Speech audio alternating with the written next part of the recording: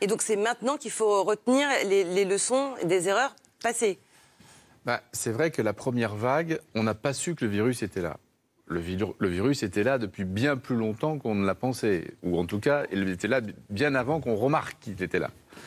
Et on a été débordés. Mais on avait l'excuse de ne pas savoir. Là, on sait quand même depuis. Mais là, la deuxième vague, quand on regarde le dos d'âne et quand on regarde ces deux bosses du chameau, la deuxième vague, on n'avait pas d'excuse. C'est-à-dire la deuxième vague, on a laissé filer l'été un peu pensant que le virus allait partir avec la chaleur. En tout cas, que le virus allait partir avec l'été.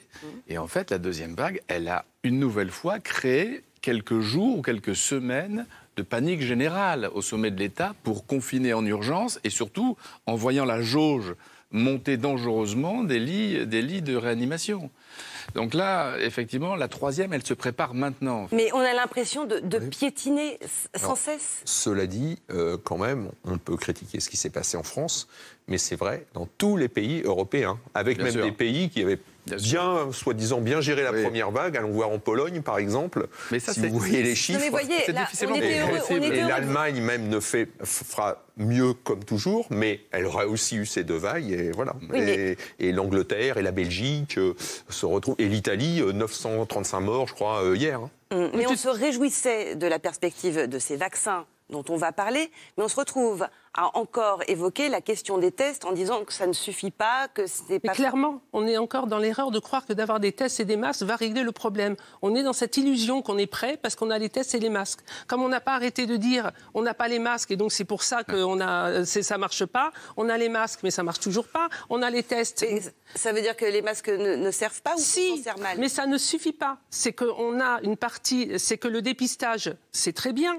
quand on sait qui est positif, mais quand on ne remonte pas la chaîne de transmission par les deux bouts, déjà, en France, on a tendance à juste se contenter du cas index, et après on cherche les cas contacts, et encore. Moi je trouve que les cas contacts, c'est pas à la caisse d'assurance maladie de les rappeler, ça serait peut-être déjà aux patients avec qui il vit ou les collègues s'ils les rappelaient, mais on leur dit pas de faire ça. On leur dit donnez-nous la liste des téléchargés tous anti-Covid pour trouver un centre pour aller se faire dépister, parce qu'en fait on se fait dépister 6-7 jours après le contact, pas immédiatement, il faut calculer. Donc tout ça, ça n'a pas été correctement fait et on n'a pas isolé correctement parce qu'il y a des gens qui sont quand même sortis, parce qu'ils n'avaient pas très bien compris, il aurait fallu qu'on les rappelle, qu'on explique. Et de l'autre côté, on n'a pas recherché le patient zéro. C'est-à-dire, alors que quand on pose la question aux gens, mais ça demande du temps, ça demande de la pédagogie, c'est ingrat et c'est pas reconnu. C'est-à-dire que quand vous faites un test, il y a une mesure, vous avez fait un test, à la fin de la journée, on calcule le nombre de tests que vous avez fait, on fait le pourcentage, on aime bien mesurer. L'éducation, la prévention, le traçage, l'isolement, c'est du gratuit, si vous voulez. Ça ne se voit pas dans les chiffres. Que vous le fassiez ou que vous ne le fassiez pas, on ne le sait pas, ce n'est pas mesuré.